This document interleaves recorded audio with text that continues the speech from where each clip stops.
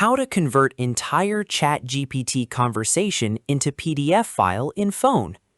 First, open the ChatGPT app or visit the ChatGPT website in your mobile browser.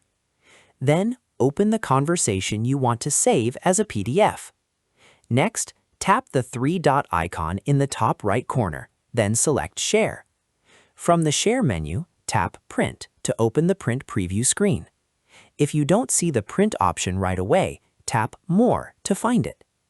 When the print preview screen opens, look at the top of the screen and tap the Printer drop-down menu. From the list, select Save as PDF.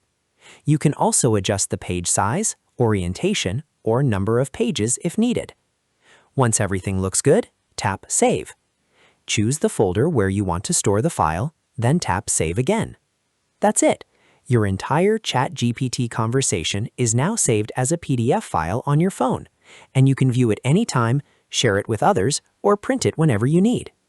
If you found this tutorial helpful, don't forget to like this video, subscribe to the channel, and hit the bell icon. Thanks for watching.